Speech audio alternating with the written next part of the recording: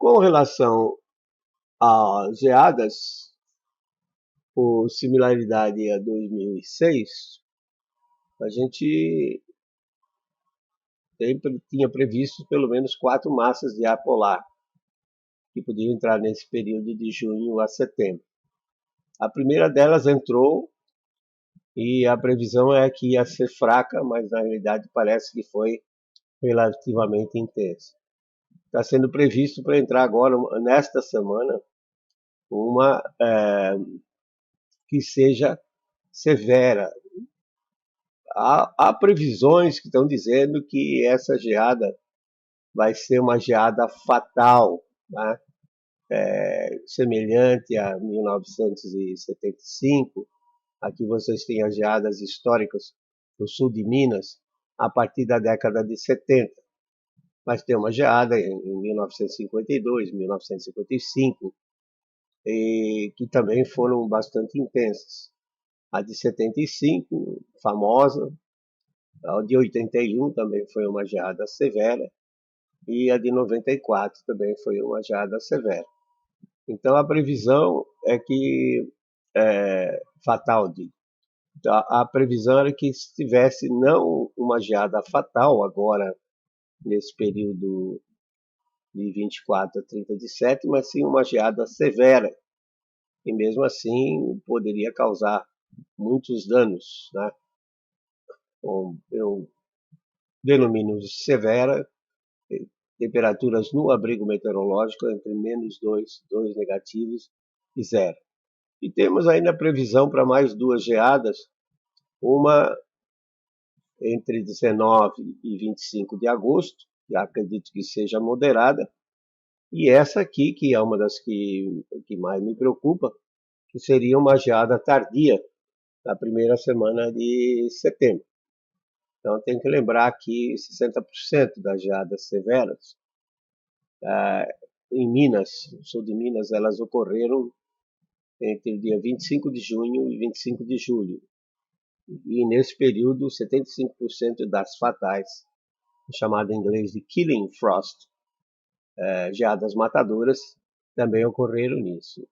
E lembrar que ar frio, ele é mais denso, mais pesado, e ele tende a escorrer pela encosta como se fosse água e se acumular nas partes mais baixas do terreno, os bolsões de geadas. E as encostas que estão mais propensas a ter esse tipo de comportamento do microclima são as encostas que são voltadas para leste, porque as encostas que são voltadas para leste, elas aquecem pouco durante o dia, uma vez que depois do meio-dia o sol já está aquecendo a encosta voltada para oeste, tá?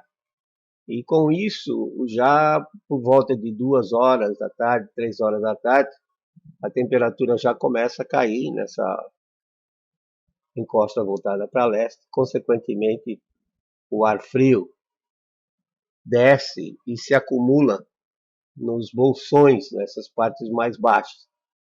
Como o ar está seco e não tem cobertura de nuvens, então há uma grande probabilidade de que ocorra geada. Então o produtor precisa tomar cuidado em lembrar o que o pai dele, que o avô dele dizia: olha, não plante aqui, porque aqui o risco de geada é maior, e seguir aqueles conhecimentos experientes que foram acumulados ao longo da vida dos ancestrais. Então, cuidado com essas bolsões.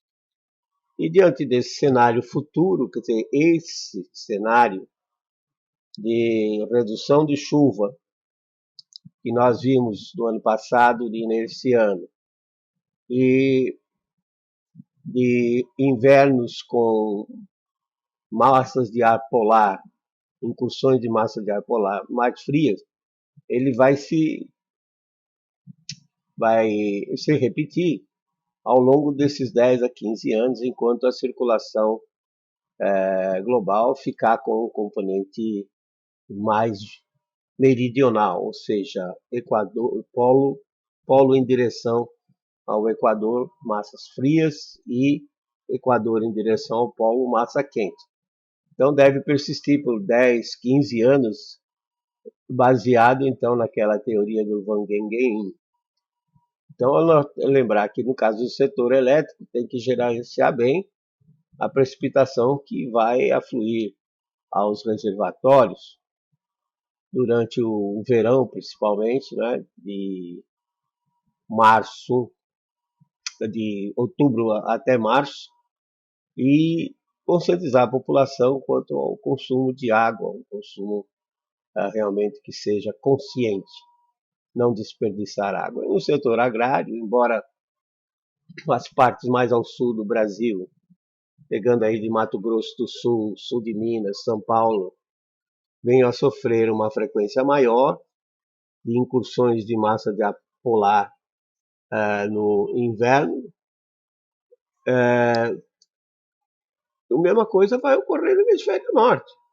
O hemisfério norte também vai ter seus invernos alongados, com geadas e nevascas precoces, por exemplo, já em setembro, início de outubro, e também geadas tardias em abril até maio, né, muitas vezes mantendo o solo congelado e retardando o plantio de tal forma que o pessoal perde a janela de plantio e fica então sujeito a essas geadas e nevadas precoces em setembro ou outubro, no hemisfério norte. Isso vai gerar pequenas quebras de safra, principalmente nos Estados Unidos, na Ásia, e aí os preços devem ficar em alta. Então, os produtores brasileiros devem aproveitar essa situação desses próximos 10, 15 anos, particularmente o pessoal que está mais ao norte, né, centro-oeste e norte, produzir mais, porque realmente a demanda vai aumentar.